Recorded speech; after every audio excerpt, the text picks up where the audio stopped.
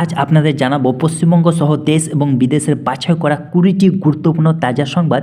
আপনি যদি এই চ্যানেলে নতুন হয়ে থাকেন তো চ্যানেলটিকে অবশ্যই সাবস্ক্রাইব করবেন, কারণ আপনার একটি মূল্যবান সাবস্ক্রাইব এই চ্যানেলটির জন্য অত্যন্ত গুরুত্বপূর্ণ। তো বন্ধুরা, চলুন আমরা জেনে নেব 1 নম্বর সংবাদটি। তো 1 নম্বর সংবাদটি হচ্ছে রেকর্ড ভাঙা শীত। কলকাতায় আজকের সর্বনিম্ন তাপমাত্রা 10 ডিগ্রি সেলসিয়াস, যা স্বাভাবিকের চেয়ে 3 ডিগ্রি কম। উত্তরে হাওয়ার দাপটে দক্ষিণবঙ্গের জেলাগুলিতে হাড় কাঁপানো ঠান্ডা অনুভূত হচ্ছে। আগামী কয়েকদিন তাপমাত্রার এই নিম্নমুখী প্রবণতা বজায় থাকবে বলে জানিয়েছে আবহাওয়া দপ্তর।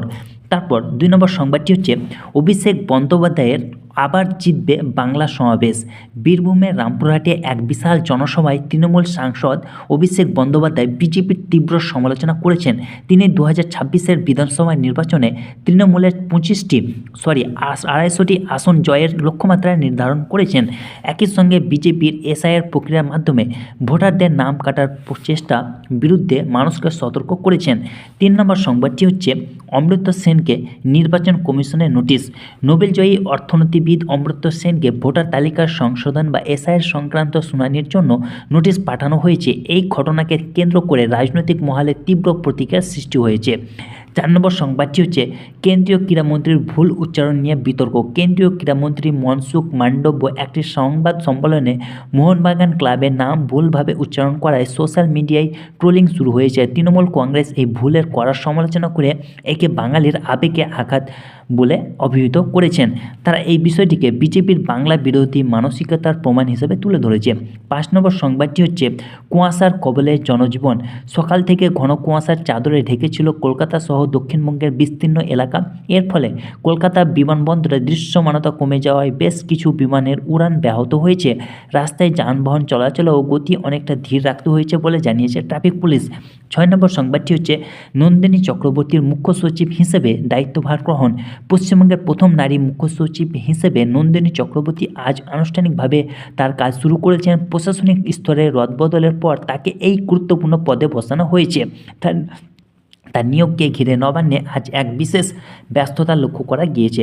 7 নম্বর সংবাদটি হচ্ছে গঙ্গাসাগর মেলার প্রস্তুতি খতিয়ে দেখা। মুখ্যমন্ত্রী মমতা বন্দ্যোপাধ্যায় গঙ্গাসাগর মেলার প্রস্তুতি নিয়ে উচ্চ পর্যায়ের বৈঠক করেছেন। পুণ্যার্থীদের নিরাপত্তা এবং পরিবহনের বিষয়টি নিশ্চিত করতে জেলা প্রশাসনকে বিশেষ নির্দেশ দেওয়া হয়েছে। মেলা প্রাঙ্গণে ড্রোন এবং সিসিটিভির মাধ্যমে নজরদারি বাড়ানোর পরিকল্পনা নেওয়া হয়েছে। 8 নম্বর সংবাদটি হচ্ছে হকি ইন্ডিয়া লিগে সাঁচি বেঙ্গল টাইগার্সের জয়। মহিলা হকি ইন্ডিয়া লিগের সেমিফাইনালে এসজি পাইপার্সকে হারিয়ে ফাইনালে উঠেছে সাঁচি বেঙ্গল টাইগার্স। নির্ধারিত সময়ে খেলা ড্র হওয়ার পর শুট আউটে জয় ছিনিয়ে নেয় বাংলার দলটি। 9 নম্বর সংবাদটি হচ্ছে উত্তরবঙ্গে হালকা তুষারপাত। যা দার্জিলিং ও সান্দাকফু উচ্চ পার্বত্য অঞ্চলে হালকা তুষারপাতের খবর পাওয়া গেছে। এর ফলে পর্যটকদের মধ্যে প্রবল উৎসাহ দেখা যাচ্ছে এবং হোটেল বুকিং একলাভে অনেকটা বেড়ে গেছে। 10 নম্বর সংবাদটি হচ্ছে চাকরির দাবিতে নবান্ন অভিযান। বিভিন্ন নিয়োগ প্রক্রিয়ায় উত্তীর্ণ প্রার্থীদের একাংশ আজ চাকরির দাবিতে হামাগুড়ি দিয়ে নবান্ন অভিযানের চেষ্টা করেন। পুলিশ হেস্টিংস এবং পিটিএস মোড়ে তাদের আটক দিলে ধস্তাধস্তির সৃষ্টি হয়। পরিস্থিতি নিয়ন্ত্রণ আনতে এলাকায় বিশাল পুলিশ বাহিনী মোতায়েন করা হয়েছিল। 11 নম্বর সংবাদটি হচ্ছে আশাকর্মীদের বিক্ষোভ। বকেয়া বেতন এবং স্থায়ী করিণের দাবিতে আজ কয়েক হাজার আশাকর্মী স্বাস্থ্য ভবন অভিযান করেন। পুলিশের ব্যারিকেড ভেঙে এগোনোর চেষ্টা করলে আন্দোলনকারীদের সঙ্গে পুলিশের ধস্তাধস্তি শুরু হয়। এর ফলে সল্টলেক করুণাময়ী চত্বরে দীর্ঘক্ষণ যানজটের সৃষ্টি হয়। 12 নম্বর সংবাদটি হচ্ছে মেট্রো রেল প্রকল্পের অগ্রগতি। চোকা বিটি রোড এবং নিউ কোরিয়া বিমানবন্দর মেট্রো করিডোরের কাজের অগ্রগতি খতিয়ে দেখছে কর্তৃপক্ষ। চলতি বছরের শেষার্ধের মধ্যে নতুন কিছু স্টেশন চালুর লক্ষ্যমাত্রা রাখা হয়েছে। 13 নম্বর সংবাদটি হচ্ছে সুন্দরবনে বাঘের আতঙ্ক। দক্ষিণ 24 পরগনার কুলতলিতে বাঘের পায়ের ছাপ দেখতে পাওয়ার পর স্থানীয় বাসিন্দাদের মধ্যে প্রবল আতঙ্ক ছড়িয়েছে। বন দপ্তরের কর্মীরা এলাকাটি জাল দিয়ে ঘিরে বাঘটিকে ধরার চেষ্টা চালাচ্ছেন। 14 নম্বর সংবাদটি হচ্ছে এসএসসির চার্জশিট তলব। শিক্ষক নিয়োগ দুর্নীতির মামলায় বিশেষ আদালতের কাছে প্রয়োজনীয় নথিপত্র এবং চার্জশিটের কপি চেয়েছে স্কুল সার্ভিস কমিশন।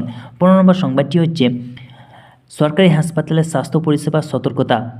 তীব্র শীতের কারণে বয়স্ক এবং শিশুদের শ্বাসকষ্টজনিত সমস্যা বাড়াতে পারে বলে স্বাস্থ্য দপ্তর থেকে বিশেষ গাইডলাইন জারি করা হয়েছে।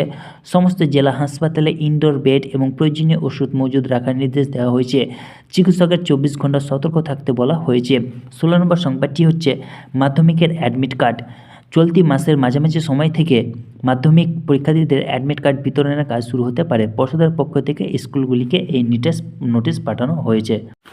তারপর 17 নম্বর সংবাদটি হচ্ছে বিজেপির পাল্টা রাজনৈতিক বৈঠক। তৃণমূলের সবার পাল্টাই আজ বিজেপির রাজ্য নেতৃত্বে এক বিশেষ বৈঠক ডেকেছে 2026-এর নির্বাচনে রণকৌশল এবং দলীয় কোন্দল মেটানোর উপায়ে নিয়ে সেখানে আলোচনা হয়েছে। শুভেন্দু অধিকারী এবং সুকান্ত মজুমদার এই বৈঠকে উপস্থিত ছিলেন।